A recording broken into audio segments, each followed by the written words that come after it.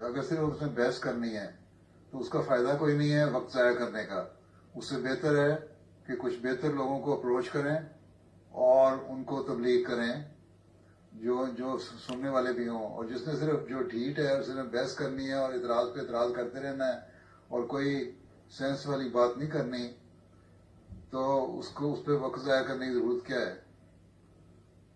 اگر تو وہ نیت اس کی نیک ہے، وہ سننا چاہتا ہے اور اپنے جو اخلاق کے دائرے میں مورل کوڈز کے اندر رہنا چاہتا ہے، رہ کے بات کرتا ہے، پھر تو ٹھیک ہے، بات ہو سکتی ہے.